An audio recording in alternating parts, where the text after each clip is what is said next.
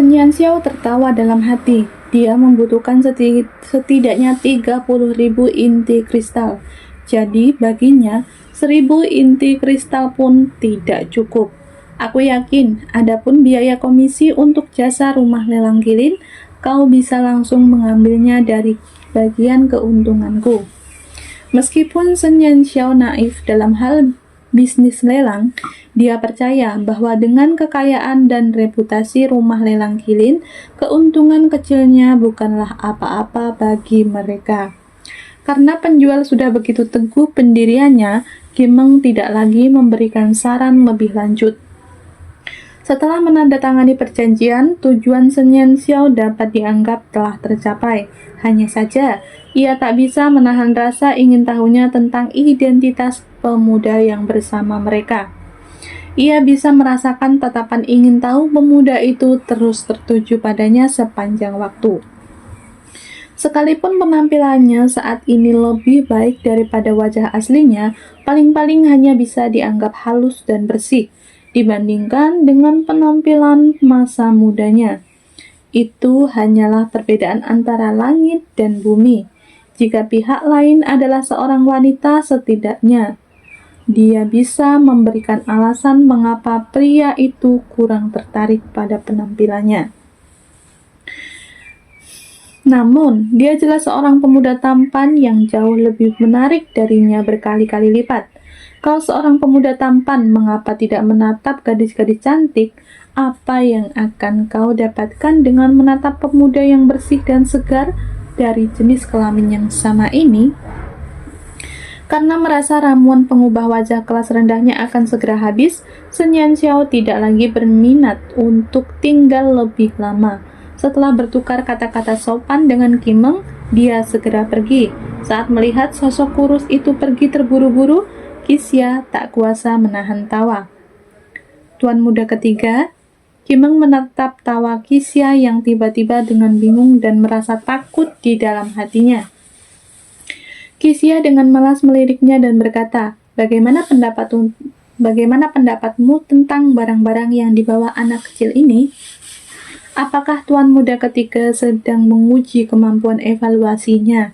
Kimeng segera memikirkan hal ini dengan seksama sebelum berkata, semua barangnya berkualitas tinggi. Untuk mengeluarkan barang mewah dalam jumlah besar sekaligus, pengaruh penjual ini tentu tidak kecil. Oleh karena itu, bawahannya ini pasti berani melanjutkan transaksi bisnis ini. Terlebih lagi, berdasarkan permintaan terakhirnya, pasti ada tujuan di balik pembelian inti kristal dalam jumlah besar ini. Untuk jumlah sebesar itu, bahkan jika ada 100 orang, tetap tidak akan cukup untuk mencernanya semua. Mungkin dia berasal dari keluarga kaya yang diam-diam membeli inti kristal tingkat rendah untuk bawahannya. Analisis Kimeng cukup masuk akal. Inti kristal murah yang efek sampingnya tidak terlalu serius, ini adalah alternatif yang cocok bagi kekuatan yang tidak mampu membeli sejumlah besar inti sihir untuk senjata sihir bawahan mereka. Setelah mendengarkan analisisnya, Qixia hanya tertawa dan dengan linglung berkata, latar belakangnya memang tidak sederhana. Sejumlah besar barang mewah itu sama sekali bukan sesuatu yang dimiliki oleh rumah tangga kaya biasa. Setelah melihat langsung barang-barang emas di tumpukan itu, dia dapat dengan jelas melihat bahwa kualitasnya sama dengan yang ada di kamarnya. Untuk barang-barang emas berkualitas tinggi seperti ini, hanya ada 3 hingga 4 toko barang emas di Kekaisaran Longquan yang dapat memproduksinya. Dan sebagian besar barang jadi ini akan dibeli oleh berbagai faksi terpengaruh di ibu kota. Dan sebagian besar dikuasai oleh 5 klan besar. Namun dengan sumber daya keuangan yang dimiliki oleh 5 klan besar, sangat tidak mungkin bagi mereka untuk sampai melelang barang-barang emas tersebut untuk mendapatkan uang. Analisis Kimeng tidak salah. Namun, ia mengabaikan satu hal. Apakah akan ada orang dari keluarga kaya yang mau memasukkan batu permata yang rusak itu bersama tumpukan barang mewah lainnya untuk dilelang? Sudut bibir Kisya melengkung karena penasaran. Dia sudah bisa menebak dengan pasti asal-usul barang-barang itu. Untuk bisa mendapatkan barang-barang mewah berkualitas tinggi dalam jumlah besar, teknik yang digunakan anak muda itu benar-benar luar biasa. Merasa sangat puas setelah menyelesaikan transaksi perdagangan pertamanya, Sun Yanxiao kembali ke klan burung vermilion dengan suasana hati yang baik. Selama beberapa hari berikutnya, kultivasi sihir dan douqinya juga berjalan lancar. Selama itu, Sun Jiayi yang sebelumnya menjalani masa pemulihan akhirnya sembuh. Hanya saja, penampilannya sekarang seperti yang pernah ia ancamkan kepada Sun Yanxiao hari itu. Api yang berkobar telah membakar habis semua rambut dan alisnya. Sun Jiayi saat ini tampak seperti telur. Selain fitur wajahnya, ia benar-benar tanpa celah. Hal ini membuat Sun Jiayi yang sombong meratapi keadaan sepanjang hari, bahkan enggan melangkah keluar dari kamarnya. Mengenai apa yang sebenarnya terjadi hari itu, Sun Jiayi menutup mulutnya rapat-rapat dan sama sekali tidak mau berbicara. Dengan demikian, sekalipun Sun Yue ingin merepotkan Sun Yanxiao, dia tidak punya alasan untuk melakukannya. Sun Yue hanya bisa mengunjungi rumah lelang dan mengeluarkan sejumlah besar uang untuk ramuan yang dapat mendorong pertumbuhan rambut guna mengatasi kebotakan Sun Jiayi. Untuk menghindari terulangnya kejadian serupa, sebelum mereka dapat mengundang sang bijak ke rumah mereka, Sun Feng segera memerintahkan anak buahnya untuk mengantarkan rubah salju spiritual ke alam dewa. Tidak lama kemudian ia menerima kabar dari mereka. Dalam 10 hari, orang bijak dari alam dewa akan secara pribadi pergi ke Kaisaran Longquan dan memberkati klan burung vermilion dengan kehadirannya untuk membangkitkan burung vermilion. Sepotong informasi ini membuat seluruh klan burung vermilion menangis bahagia. Penderitaan mereka selama 100 tahun akhirnya akan berakhir. Dalam 10 hari ini, semua orang mengerahkan upaya maksimal untuk persiapan mereka. Sungguh pemandangan yang aneh melihat semua anggota utama klan burung vermilion bekerja menuju tujuan bersama. Mereka semua ingin memastikan bahwa mereka dapat memberikan kesan yang sangat baik kepada sang bijak pada hari kedatangan mereka. Adapun Sun Yifeng, Sun Jiayi, dan Sun Jiawei, para calon pewaris klan burung vermilion, mereka berulang kali diseret ke kamar masing-masing oleh ayah mereka untuk mengikuti pelajaran tertutup. Bagaimanapun, mereka semua menyadari betapa langka kesempatan ini. Siapapun yang terpilih akan langsung mencapai surga dalam sekejap. 10 hari kemudian, klan burung vermilion akan kembali mencapai puncak untuk merebut kembali kehormatan mereka yang hilang. Adapun Sun Yanxiao yang acuh tak acuh terhadap klan burung vermilion, apa hubungannya kunjungan sang bijak dengan dirinya? Jadi, sementara yang lain sibuk mempersiapkan kunjungan sang bijak, dia dengan santai mengolah sihir dan douqinya, bahkan menyempatkan diri untuk melakukan perjalanan singkat ke rumah lelang kirin untuk mengambil 3.728 inti kristal yang telah disiapkan Kimeng untuknya. Dalam perjalanan untuk mengambil inti kristal, dia lupa mengubah penampilannya, namun dia tidak bertemu lagi dengan pemuda tampan itu. Dengan dalih perusahaan yang bahagia dan sukses, Kimeng menghadiahinya sebuah cincin penyimpanan kelas tinggi yang memiliki ruang penyimpanan 100 meter kubik. Dengan ruang sebesar itu, apalagi jika ada 3.728 inti kristal. Bahkan jika jumlahnya 30.000, masih akan ada ruang yang tersisa. Sun Yanxiao sangat curiga terhadap sikap baik Kimeng yang tiba-tiba itu. Tetapi dia akan menjadi orang bodoh jika tidak memanfaatkan kesempatan tersebut. Selain itu, Kimeng sama sekali tidak mengetahui identitas asli Sun Yanxiao. Hanya orang bodoh yang tidak akan mengambil kesempatan seperti itu. Lebih dari 3.000 inti kristal dibawa kembali ke klan burung vermilion oleh Sun Yanxiao. Dia segera menutup pintu kamarnya dan mengambil segenggam inti kristal di dalam cincin penyimpanan sebagai persiapan untuk memberi makan seorang guru besar tertentu. Sayangnya baginya, karena Siu masih berada di dalam tubuhnya, dia tidak memiliki teknik lain untuk menyerap energi selain menggunakan Sun Yanxiao sebagai perantara.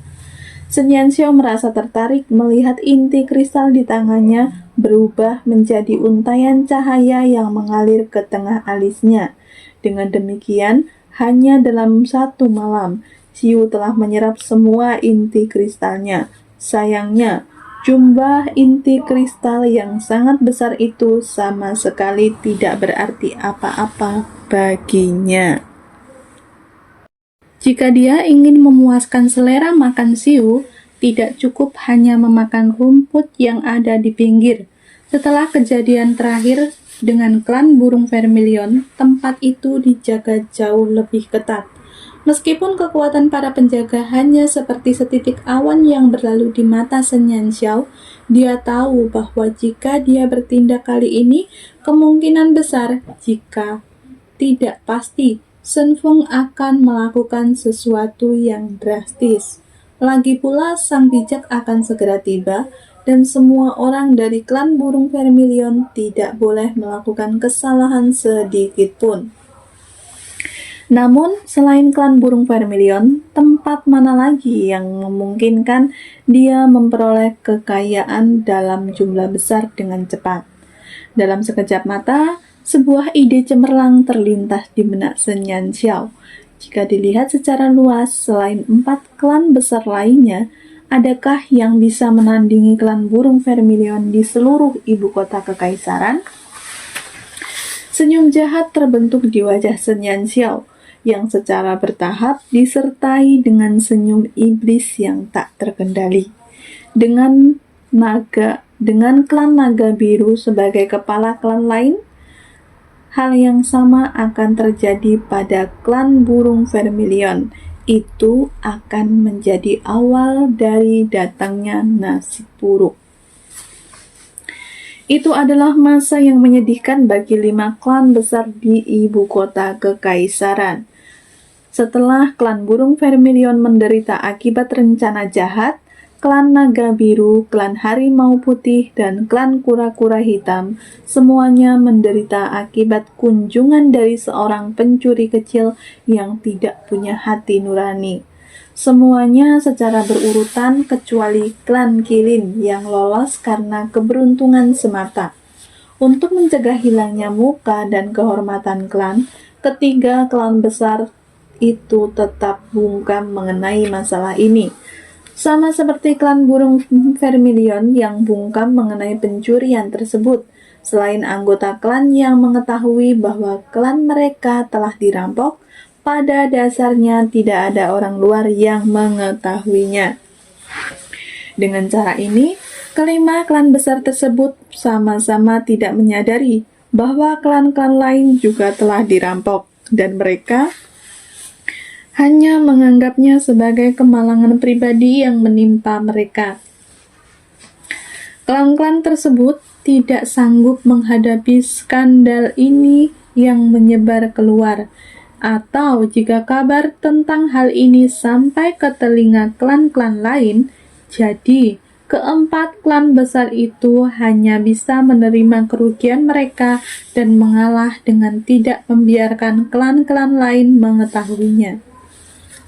Secara kasat mata tidak terlihat adanya keresahan sedikit pun, tetapi di balik bayangan, klan-klan telah memperkuat pasukan mereka dan secara diam-diam memajukan pelacakan keberadaan barang-barang yang hilang.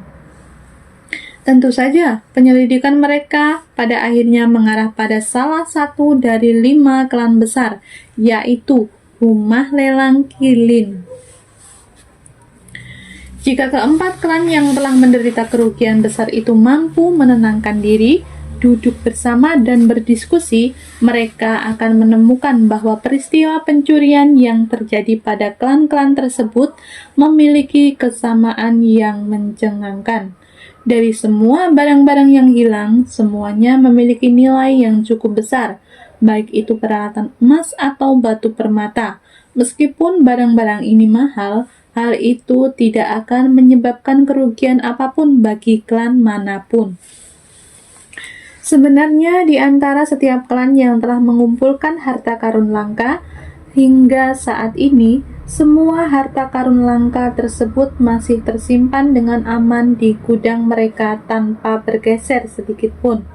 Namun, setelah kejadian itu, setiap klan bagaikan burung yang terkejut hanya karena bunyi busur. Dan pengawasan di setiap gudang klan ditingkatkan 3 kali lipat secara bersamaan. Siapa yang tahu apakah pencuri kecil ini sebelumnya hanya datang untuk memeriksa dan tanpa melakukan persiapan apapun? Lain kali pencuri kecil itu datang, dia tidak akan selembut dulu lagi. Semua barang yang ada di gudang mereka tak ternilai harganya, dan kehilangan satu saja sudah cukup untuk membuat mereka muntah 3 liter darah. Hari demi hari, keempat klan besar itu menjalani rutinitas ini sambil merasa cemas dan takut.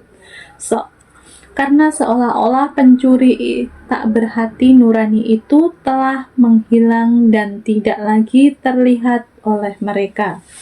Sebenarnya selama periode waktu ini, Kimeng dari Rumah Lelang Kilin telah mengambil alih sejumlah demi sejumlah barang mewah yang dikirim oleh Sen Yanxiao. Setelah melihat emas, perak, dan batu permata yang menumpuk seperti gunung, Kimeng benar-benar ingin menangis karena dalam kurun waktu ini emas, perak, dan batu permata yang dikirim oleh pelanggan ini hampir menyamai jumlah barang mewah klan Kilin. Melihat kiriman barang-barang mewah yang datang bergelombang itu, Kimeng benar-benar ingin menggenggam tangan pelanggan dan memohon agar ia mengganti barang yang dikirim dengan jenis barang lain. Dengan jumlah yang sangat besar dan dijual sekaligus, orang-orang di ibu kota kekaisaran akan percaya bahwa Rumah Lelang Kilin ingin beralih ke penjualan barang-barang mewah.